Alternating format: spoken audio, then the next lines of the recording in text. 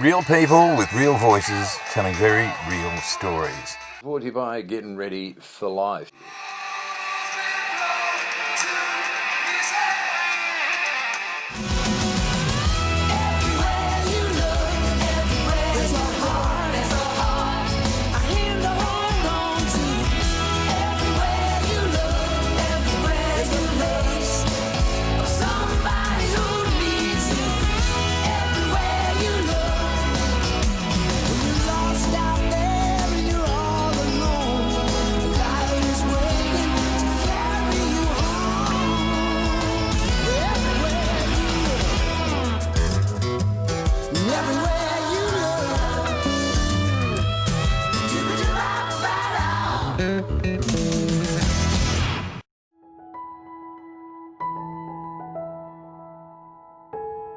And welcome again to another edition of She Doesn't Even Go Here, and it's a special one tonight. It's part two of a two-part episode. It's a deep dive, if you will, into education. Are we going to burn down the system, or are we going to keep it as it is? Do we need to tweak it a little bit?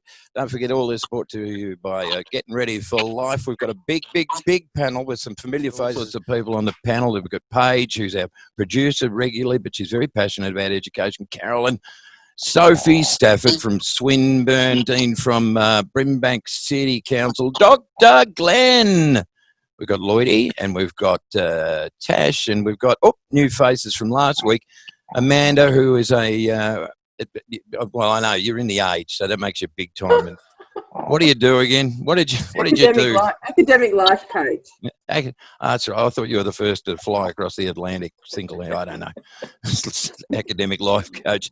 And Louis, look in the shadows. Look at him. He looks a bit film noirish. Yes, it's a bit dark in here, isn't it?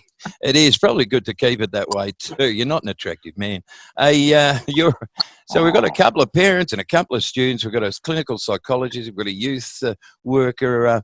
I don't know where to start. Is it funding? Is it quotas? Is it teaching staff? Is it subject matters? Is it the entire system? Is it that we're just ill-equipped to deal with all the young people we're trying to get through the system? Where lies the problem? Amanda, will throw you in the deep end, if we may. Look, I think there's quite a few problems. I just think we need a complete review of our education system, and I think more so from the point of view we want to have engagement. We want to make sure our students are engaged and interested in what they're doing. And I think that's one of the biggest challenges I see with lots of students, particularly sort of in that sort of year 7, year 8, or probably not year 7, but more year 8, year 9 level, where they have to do subjects because they have to do it rather than they have a choice. And then they get a bit disengaged, and whereas by sort of year 10, 11 and 12 they get to do subjects more that they want to do. So I think there's a real challenge in that side of things. It's interesting to me that I often hear from the stakeholders. You'll hear from young people, you'll hear from parents and parent groups, and you'll hear from teachers, and you'll hear from school council, and they all say almost unanimously that the system needs a shake-up. But how do we start that process of shaking up the system, Dr. Glenn? How do we go about learning our education system? Well, look, I think that the conversations like this are really important to start that kind of dialogue about that. If we hear from students and parents and teachers and other relevant people working with young people, that there seems to be evidence, at least in part, of some sort of systemic problem in parts of the system, and that it's very easy to fall back into familiar patterns because familiarity is comfortable. Yeah. And easier. Yeah. I remember having a conversation once with an education expert who had this kind of idea that he says that many teachers will say, I've taught for 35 years, and his view was, and he was a teacher himself, in fact a school principal, his view was, have you taught for 35 years or have you taught 1 year 35 times? Oh yeah. And it's kind of like and perhaps it is a good chance, and perhaps experiences like what everyone has gone through and is continuing to go through at the moment can often bring up stuff that's difficult for people and often expose particular challenges, and therefore it can create an air of momentum. Dean, you've again, we'll just iterate anyway that you work with young people primarily who've exited the system and are probably finding themselves in all sorts of life strife, and you see the byproduct of a system that maybe failed these young people at some point. Now, I asked you last week, but I'm going to get you to commit this time. If you can go back to the schools in your region and have your say, and so you need to address this, what would you say to your school networks? I think at some point young people don't feel that they belong there. So I think if they want to change one thing, is try and find a way to allow young people to feel a sense of belonging to school. For some of the kids or the young people that we work with in youth services, they don't have a sense of belonging at home. They don't have a sense of belonging in community. They don't have a sense of belonging in school. So they're really lost. So somewhere, someone's got to start providing them a space to be themselves and to be part of the environment. And the school is a school environment. It's not a therapeutic community where everyone sort of has a say, sort of is there for the same reasons and to support each other. What's the purpose of it? And it's to make young people better people. So maybe start with that as a concept. Carolyn, you're a parent, and it also sounds like you're driving a motorboat at the moment. I'm not sure. My dog's snoring, yeah. So I want to ask you, and Paige as well, I'll draw you into this a little bit of narrative of the show tonight you're watching. She doesn't even go ahead, brought to you by Getting Ready for Life. You want to say, you would presume, both of you, in how the school that your young people, your children go to. Would that be fair enough? Absolutely. I think that's really missing in the school that my son goes to. There's no parental involvement at all. Whereas the high school that my older two went to, there was a lot more parental activity, which I miss, yeah. Okay, what do you mean by parental activity? The school council, for example? When my boys were in primary school, I was on school council. But no, just even from a high school perspective, and I think this is very important, as young people get into high school, I think a lot of parents think, we just step back. And that's when we need to step in more. When they're on social media, they're doing all that sort of stuff, knowing who they're hanging out with and knowing the parents. But I tried to get that going when my youngest was in year 7 at this high school where he's at now. And the lady in the front office said, we don't want that. We don't want the parents involved. It's too hard work. And I just thought, I went, what? And if my son wasn't happy socially where he is, I would have him out of there. And that's my desire, to move him to another school. But he's really happy socially. Okay, and that's his choice. So, I would really, from a parental experience, I think just having the parents involved, even fundraising and having a say, being able to be talking to the teachers and that sort of thing, I think it's important. A couple of the schools that I've worked in along the way, their school council, their parent school council, whatever you want to call it, had probably too bold a say in the makeup of the school and the curriculum. So I'll go to you, Carolyn, also, Lloyd, because you're both parents. How much is too much, given what your input into the school is also involved in a very emotional stakeholding in the school because your kids go there? Look, the parental input can sometimes be fraught with strife. I know that the school had to deal with a lot of issues with parents and their expectations. So I can sort of see in some sense that can be a problem. However, I must admit, in the junior school years of my son's school, it was sort of like, here you go, we'll take it from here and leave a check on the way out, And that throws up, sorry to interrupt, but I know Carol and I have discussed this, certainly in the school that her son went to and the primary school that my boys went to were affluent areas, and certainly depending on how much there was such an inequity, parents that could provide for the school in certain ways or could donate certain lumps of money, their kids got special treatment, absolutely. So there's another conflict of interest there.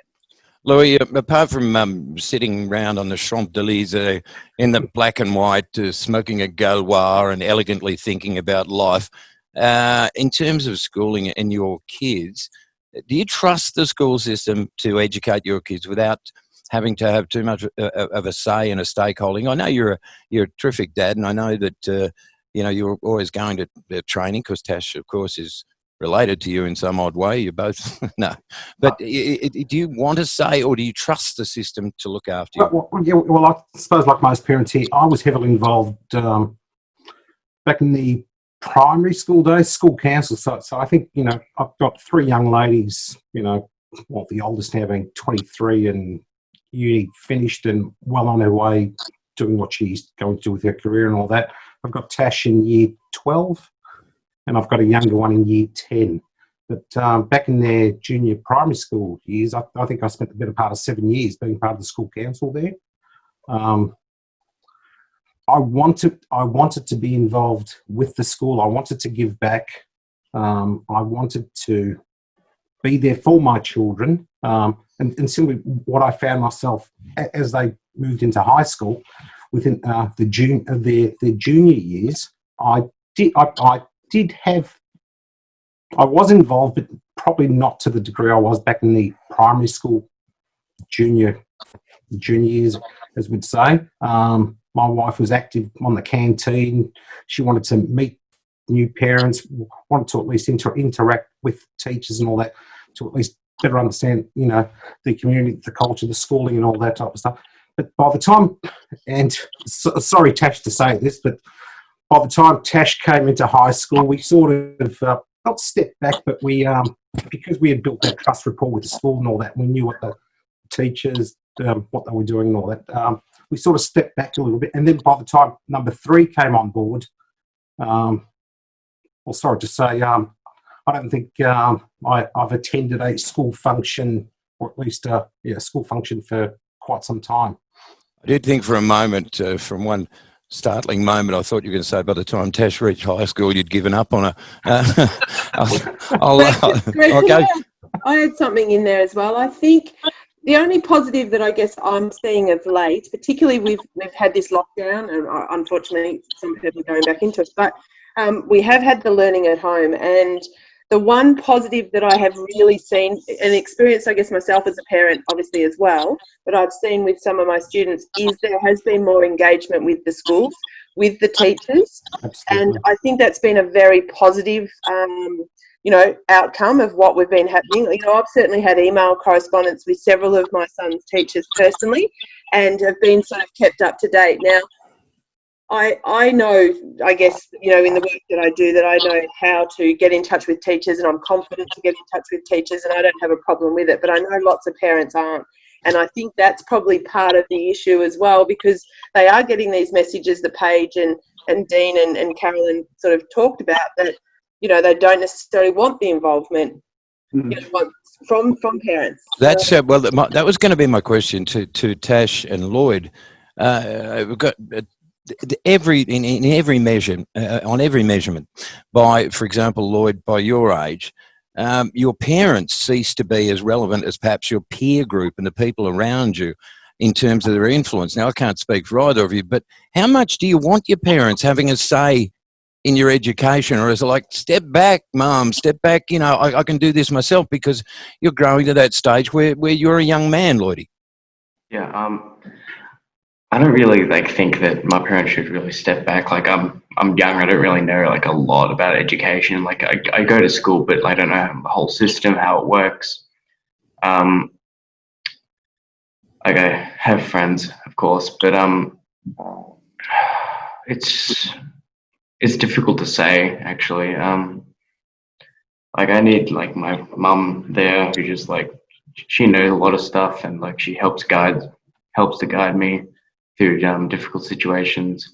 No, I never really think that my parents should ever step out, because in high school, they don't want parents involved, and there's a very toxic nature in where I go to school.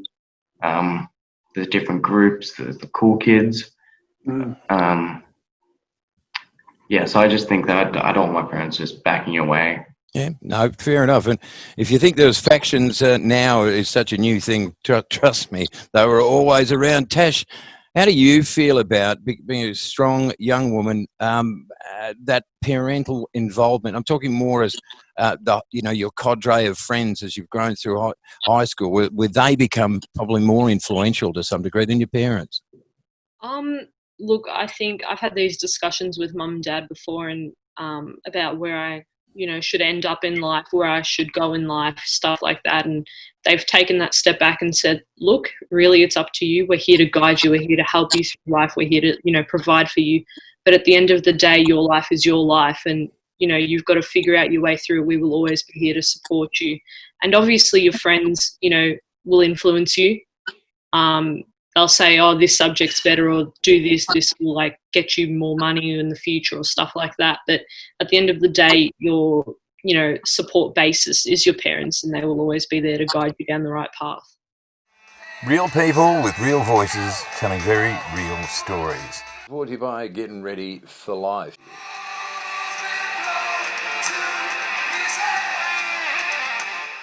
Dean, I'll go to you if I may. One of the issues that certainly you would know as well as any of the youth sector, that it's lack of parental involvement, lack of parental interest at single parent families. And God bless single parents, and it's not a slight on them, but they're the nature of the family environments that young people coming through the system and end up on the wrong side of the tracks. Quite often it's a complete reverse. Without that interest, without that involvement, they struggle. Well, I think you got to look at the West and the North. You've got at least roughly 50% are newly arrived families too. So when you throw in that complexity of parents not understanding English as a first language and the education system, some of them step back way too much and some of them step forward way too much. I think it's a really tricky space for education to work with parents. And a lot of the young people that I work with, they don't want their parents involved. They want to be able to fight their own battles. They want to be able to be left alone and grow. Yeah. So it's actually, it's very heartening to hear that Tash and Lloyd want their parents involved, because, that's nice. I mean, good work for the parents. I mean, you've done some great jobs. But some kids don't have that opportunity. It is true. Dr. Glenn, looking very learned there this evening. Just look at you. You're just solid, aren't you? Look at you. You're watching. She doesn't even go here. Dr. Glenn, clinical psychologist from VU. I'm starting to find, just even in this course of this particular show and last week, is the fact that we're all identifying issues that could be or should be addressed. Is it just all too much? Should we throw up our hands and say, well, look, this is the best we got? Look, I don't know the answer to that question, Greg. It's a big question, or it's a big thing to ponder. But I do think that if there is such an experience that does point to change from a whole lot of different levels of this kind of system, then that's a across the board experience, then I think there is a need to find ways to advocate for change, which is not going to be a simple, easy thing. Of course, big changes like this and interrupting big systems that have been the way that they are for many decades, perhaps hundreds of years, are difficult to change. But they don't come from complacency. Yeah. Well, Amanda, you deal with young people who need a little bit of extra help. We know that because you featured in the formerly learned broadsheet Age newspaper, which has now become, it doesn't matter, I won't go there. But you deal with these young people, and they need help, and it's not because they're stupid. It's not because they're not trying. What is it that you would identify as a common theme to young people that have got the stuff that don't know how to apply it and get through school? I think one of the big issues, and I was actually talking, I worked with about 4 Year 12s yesterday, coincidentally, and in talking to some of them, I think I was teaching them what I describe as the learning cycle and the way students, should learn. And basically the way, I guess, teachers teach. And it was interesting that a lot of the teachers aren't necessarily teaching to this model. And I think that is probably part of the challenge for these kids. So they're not necessarily like the teacher, for instance, I'll just give a quick example. The teacher has a lesson, they have a lesson plan, they teach the kids, and then, they might summarise it at the end, but not always. And I think that's a really useful way to summarise a lesson, and I guess test the kids at the end of a lesson to see how much they learn and know before they move on. And I think we're seeing a little bit of that coming through in the education system now, but probably not enough of it. And I think that would help kids a little bit more with their learning. So that's one of the key things, I guess, I'm seeing, with where it's sort of potentially, falling over. And I'm not having a go at teachers here by any means, because they've got a massive curriculum they've got to get through. They've only got a certain amount of time, and it's a challenge for them. But I think potentially the way they're delivering it isn't perhaps the best way for kids to learn, and then you do have those kids that struggle, and then it's sort of that vicious cycle. I know we've touched on. Sorry, Greg, I was saying teachers.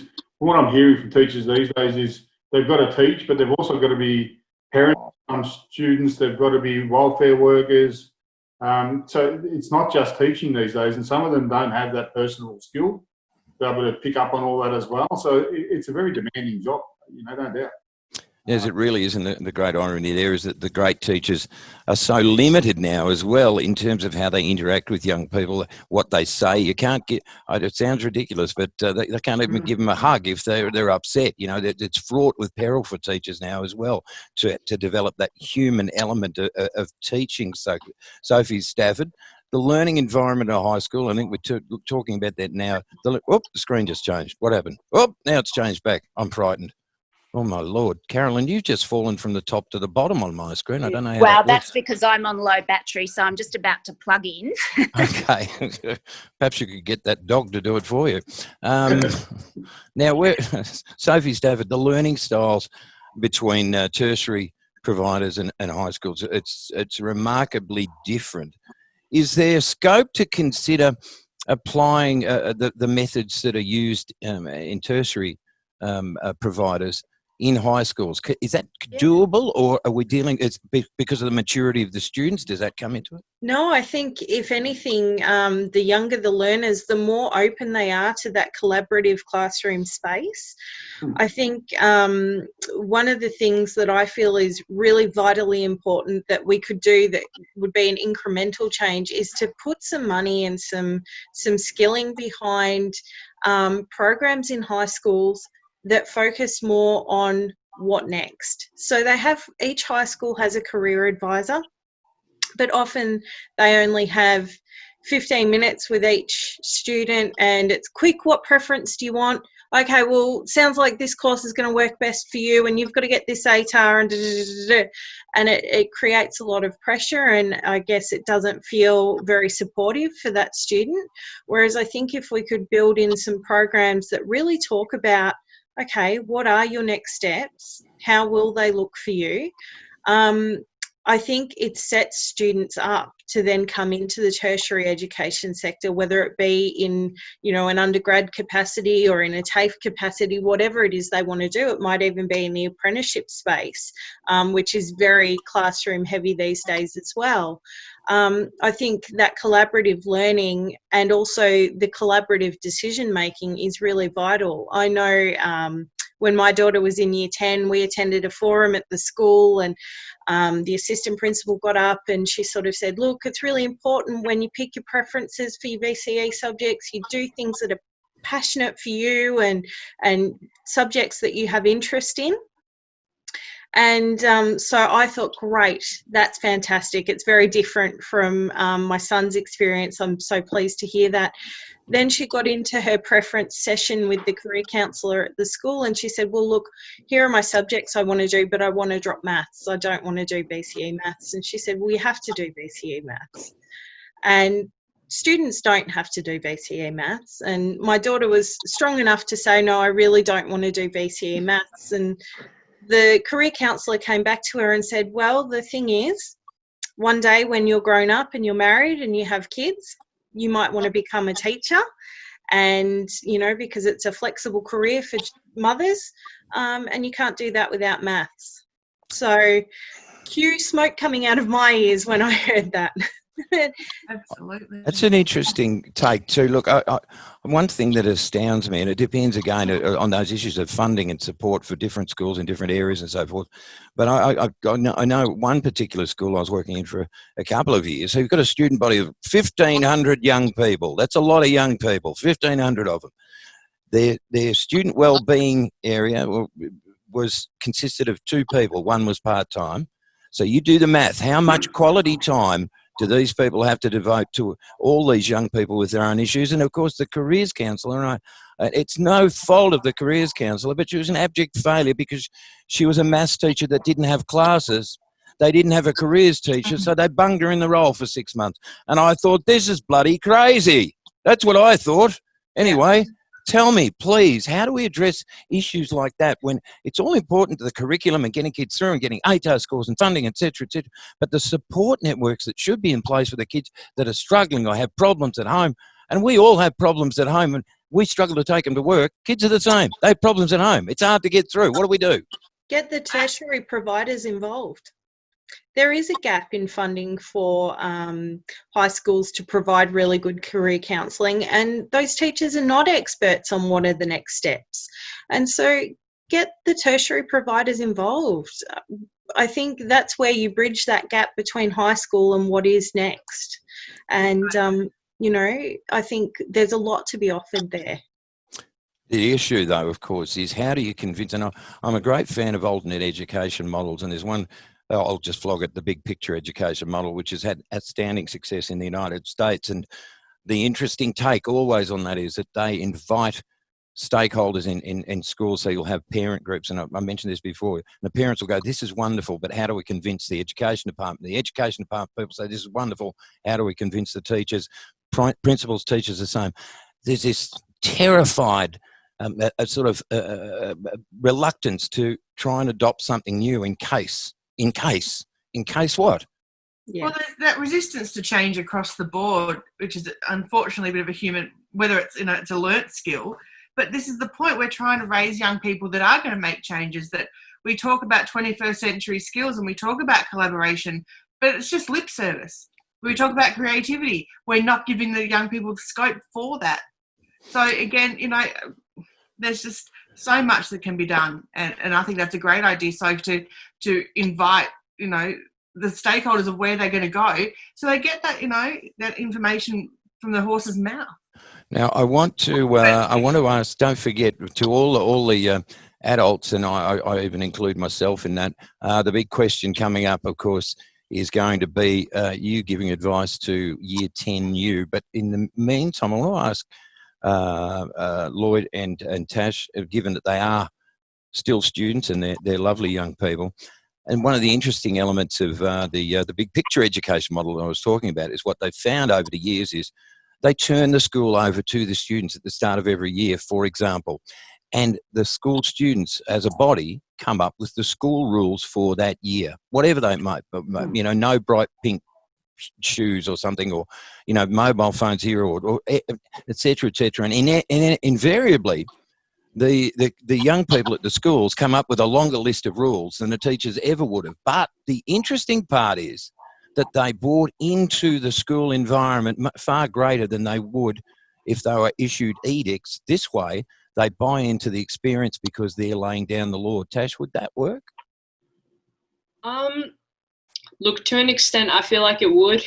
I just think with so many bodies and so many opinions and so many, you know, different values and all that, I think people might butt heads and it might cause more trouble than it solves. I think maybe in smaller groups. So I know at my school, when we get put into classrooms at the start of the year, like our home group, we come up with rules and laws and stuff like that within our little community, our 25-something people, of you can't do this, you must come to school on time, stuff like that. And I think in a smaller, more controlled environment, it would probably be better rather than a major school thing. You are on fire tonight, Tash. You're just impressive tonight. You haven't ripped me once, Lloyd. Would you feel more a part of your school environment if you actually had a say in the way the school was being run? Yeah, I actually would. There is the SRC for each year level in my school, but that doesn't really include the entire of the school. There's two people from each class. Yeah, I agree with what Tash was saying. Everyone would just butt heads, and there's no one thing everyone will agree with, and there are just too many opinions. Just okay, but having said that, I want to ask you, Dr. Glenn. Okay, too many opinions, they're going to butt heads. Isn't that not a real life learning experience for when they do exit school and they do enter the world and they do have to butt heads and they do have to address issues? Yeah, I think so. I think it can teach conflict resolution, compromise, the ability to be exposed to opinions that are different from your own, the ability to negotiate, all great skills. That's it. I want to touch on this. Look, this is such a good panel. If I weren't running out of life, literally, I would like to sit and do this all night. This is great stuff. I've got to ask you a question. Mm-hmm. They're calling it the snowflake generation, and that just stemming from Tash and Lloyd's addressing of that. Are we not breeding? That's I'll go again. Are we not? Are we not? Yes, that'll do. A generation of young people that don't know how to negotiate and compromise and discuss things in a way that it's constructive. I think I said in the last episode that we don't get an opportunity to practice those sort of skills.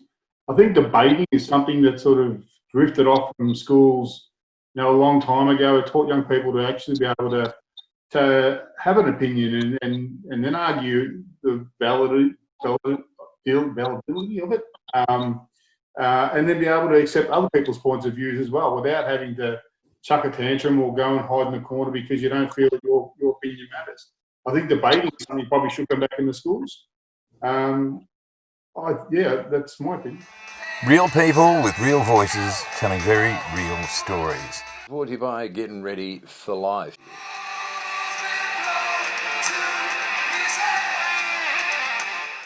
Louis, right down the bottom, look at you, you're simmering away there. And I trust you with this. I trust you with this task. How do we change the system? What do we do to address so many? I mean, we've listened to all the opinions tonight. There is so much that we can address and do, or is there a way? How would you structure it up? You're a successful man, living in the shadows. Agreed, but a successful man. What's number one from your take on everything you've heard? What's my take? I suppose, and I don't want to say that a lot of us and a lot of parents and a lot of people and all that, we tend to cottonball our children, protect our children, provide for them, look out for them, make decisions for them. We really need to let them make their own decisions. Within my household, we'll sit down nightly, we'll sit down as a family, have dinner, we'll have a constructive discussion, we'll pick a topic, talk about something. For it, I live in a household of 4 females, being the only male in the house, and I'm always anyway, I won't go there, but all the girls tend to make their own decisions, very independent. I've got my own opinion. I've been called, and I won't say it on this call, Natasha, but pretty much one-sided and all that. But yeah, just let the kids make their own decisions. Don't sit there and provide too much for them. Let them make their own decisions. If you know, and I suppose myself, when I was growing up, being first or second generation, I suppose Greek, my parents couldn't speak English. I went to school on my own. I had to learn English. I didn't have family at home who coached me through English, helped me with maths and all those types of subjects, etc. I fell more times than than I should have. But the more you fall, you pick yourself up, you learn, you move on, you move forward. So yes, make mistakes, learn from your mistakes. Resilience is really important, isn't it? Yeah. Absolutely. But I don't know. How would I fix the system? I don't know, Blake. You really don't know. Well, you're no used to it. That's what I was hoping. You'd be the icing on the pudding or whatever you say. Tough decision, mate. Tough question. Now, Carolyn, who's sitting there eagerly waiting and looking very bold, I'm about to put her on the spot. But one thing, this is one thing I do. It's interesting, the take between parents and young people, particularly around Lloyd and Tasha's age. And can you see this? No, you can't really see it if I go up close like that. See that time? They're little 10-year increments, right? Right. See this little area here. Okay, young people, basically from the time they're about 3 years old to around about 17 or 18, that's their entire existence. So it's all based on school. Yes. It's all, so that's their... School's a huge influence, yes. It's a huge influence. But then you go, and then you say to them, but hang on a minute. You reckon it's crap? Wait till you're 28 and 38 and 48 and 58 and 68. You go, that's like nothing, man. That is nothing. It's early on. It's very early on that your beliefs are formed, isn't it? So, and that's what you take into the rest of your life. So that's why the schooling is so important. Yeah, actually, that's a really good point. I remember looking in the mirror at about 16 and saying, "You are a jet, mate. Go for it." No, I didn't really. No, you're quite right. It is an influential time. Look, I'll tell you what sucks is we're going to have to wrap this up, basically, because I'm starting to run out of jet fuel. But I'm going to go around and I'm going to get you all to commit, to the adults on the panel. I really want to hear your take on this. So, Carolyn, I'll start with you. I want you to talk briefly to Year 10 you and what you would say now at this point to them in that point of life. I would actually do a lot more research on future career opportunities. My careers advisor asked me what I wanted to do. At that time, I had no idea. He put a newspaper in front of me, said, have a look at this and choose something. And that's exactly what I did. So I didn't look at, I wasn't shown all the different opportunities that I might have had for going into, different tertiary courses. And I'm pretty certain that I would have chosen something different to what I ended up doing originally. So I've had 3 different sort of career changes in my life, but all very different. But that's what I would do. Amanda, I'll ask you. I mean, it's interesting that Carolyn was just saying that. I remember, and you see it even now, particularly with boys, they're 15 or 16, they're 3 years out of primary school, they're going through puberty, and they're hanging out with mates, and they're somebody looming up, so young man, what do you want to do with your life? And you're going, hell, I just want to get to the party on the weekend, have a few beers and maybe score with but somebody, it's ridiculous, the pressure at that point, isn't it? I think it is. Look, and it's a question that I often ask students just when I first meet them, what do you want to do? But I guess I preface it with that, you don't have to know, and that's okay if you don't know. But I think the thing that I would, if I had that advice now, as a Year 10 me, I would probably say, I don't think, a bit like what Carolyn said, I don't know that we were aware that there were lots of options. And I think there's so many options. And again, like Carolyn, I mean, you said you had 3 career changes. That's okay. You might not find the thing that you want to do first. And it's okay to have these different changes throughout your life to find what it is. And I mean, great if you get it the first time, but not everyone does. And I think we shouldn't be afraid to grasp different opportunities and different changes throughout our lives. You're watching She Doesn't Even Go Here, the deep dive into education, part 2, brought to you by Getting Ready for Life. It's also Back to the Future, part 4. Dean, as you look down the barrel and tell year 10 you what it's all about. Well, I think I'd say I've only got 2 more years left of school, and it's not that important. I mean, my first year out of school, I had 3 apprenticeships, lost them all. Just didn't know what I wanted to do. And then it wasn't until maybe 10, 15 years after I left school that I found working with people was the way I wanted to go. So school isn't the be-all and end-all. The points about, not knowing what job you wanted to do, I think for this generation, some of the jobs that they want to do aren't even invented yet. So how do you look at a piece of paper, a newspaper, and go, this is what I want to do when it's not even around yet? It's a whole different generation now. But for me, it would have been school's only got 2 more years and then you can live your life the way you want. Sophie Stafford from Swinburne. You're looking back into the deep, dark recesses of time, staring at yourself and telling you what?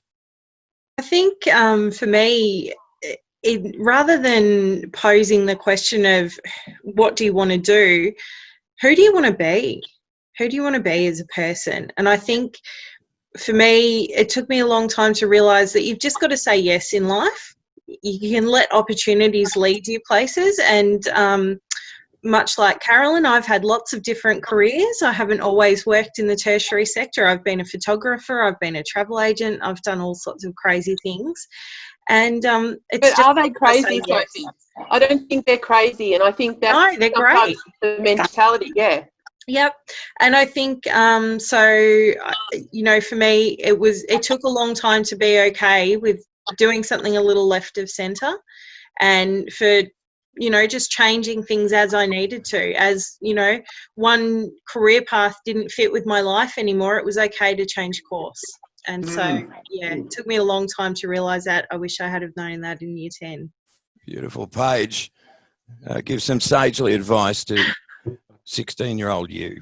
Well, 16-year-old me was sick and didn't finish school. And the one thing I learned then, which I didn't know, was don't worry, education is always there. It doesn't matter how old you are. I know Dr. Glenn said a few episodes back, he's got students starting psych at 40, 50, 60 years of age. So, and I know a good friend of mine, her brother was, this is going back a long, long time, her brother was going through some stuff at that point in his life and she was worried. And I said, don't worry, you'll go through this. You can always go to uni as a mature age, whatever it is, it's there. So don't stress. It's, don't worry about it. Education's there. You'll find your path. And that's where I'm at, certainly with my older 2. I'm just, let it go. Let them find what they want to do and the doors will be open when they're ready to open them. That's a very odd thing because you've all about sort of touched on careers. It's certainly at year 10 for me. I didn't think one jot about either schooling or career. It just wasn't on the radar. Dr. Glenn, you're looking back, staring into time. What do you tell year 10 you? Yeah, I think that that it's okay to be flexible, that we don't have to fit to a particular, I don't have to fit to a particular kind of model, that it's all right to mix things kind of up and move things around. And, everything that people have said in relation to this, that careers change and often do change. And even, some people might, for example, someone I know did an electrician apprenticeship and then hated it, but took that job into another kind of area and now kind of works in the kind of festival circuit and sets up kind of lighting and sound systems for concerts when we had them, which we obviously don't at the moment. But so kind of took that sort of career and kind of morphed it into something else. And, I think that Lloyd was kind of saying around stuff before around kind of gaming and kind of that people can go and learn stuff around kind of coding or whatever and IT stuff and then take it into kind of an area where there is that passion that we were talking about earlier. So I think that's kind of one big thing that you can, and I've certainly done that, I think, with my career, kind of taken and looked into areas and worked in areas that have a particular interest to me. So I do have that passion. So I think a big thing around it is kind of going with what you're passionate about rather than the kind of story that's narrated for you by a system or somebody else. Finally, Louis, I tell you what, I just remembered another one. If I was a 16-year-old me, I would have said, do not buy and do not wear those Target brand jeans to that party on Saturday night. You're stuffed. But I wore them. Bad You read night. my mind, Blakey.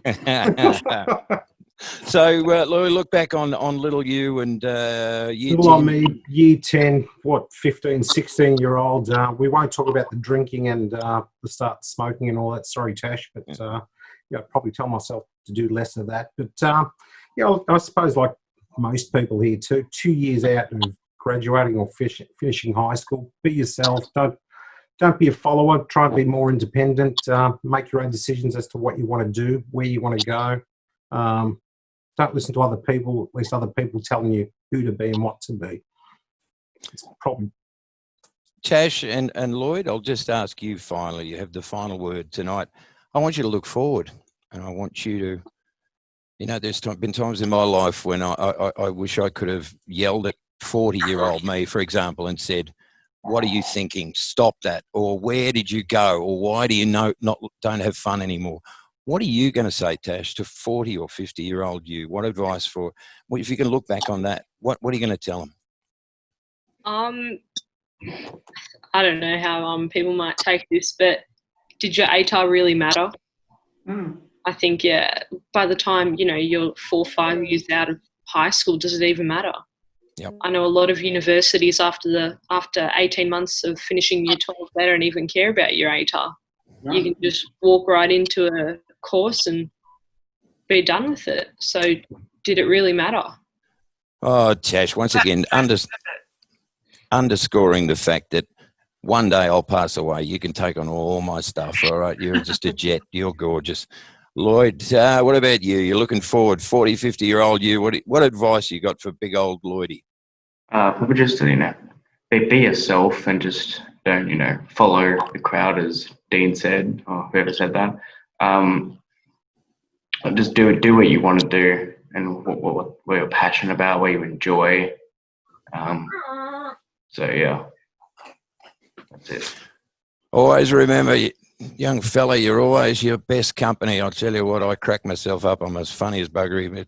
I'll laugh at my own jokes all night. Listen, I've never, ever enjoyed this. I think we're 10 or 11 weeks into this, and whilst it's been a little bit awkward because there's so many of you, I genuinely think we could continue this on for a very long time. Your contributions have been amazing. Carolyn, thank you so much for your contribution. You've moved. Yeah, that's not where you were. I moved. Yeah, no, that's because my battery was going flat, so I had to plug in. So I had to come across for a PowerPoint. I thought that massive dog might have had you corralled somewhere. No.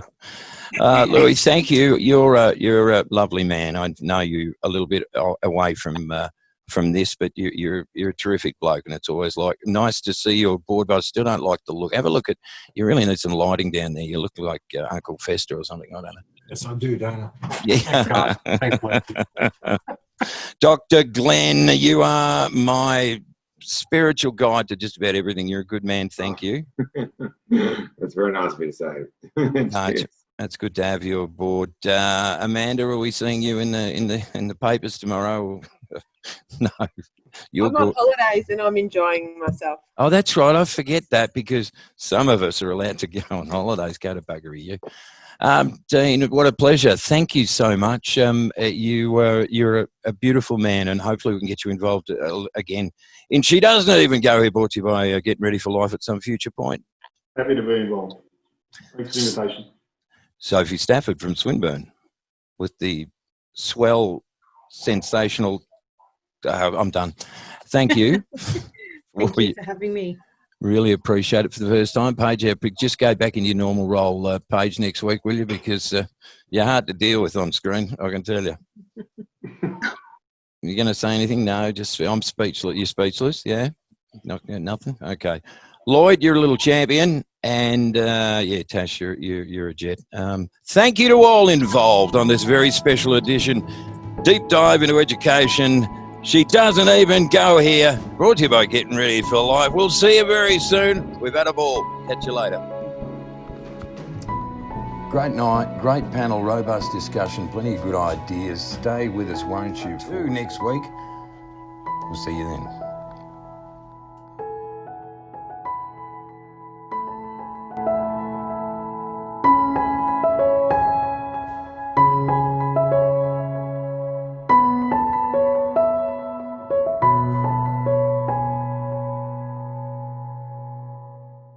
Ringing the bell.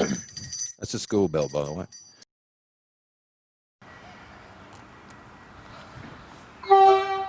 I'm getting ready. Are you getting ready? We're all getting ready. We're all getting ready.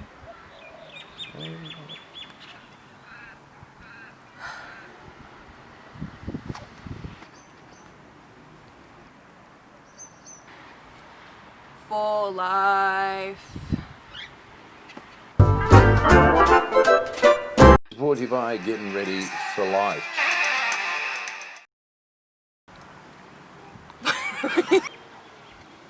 Stop smiling. Stop laughing.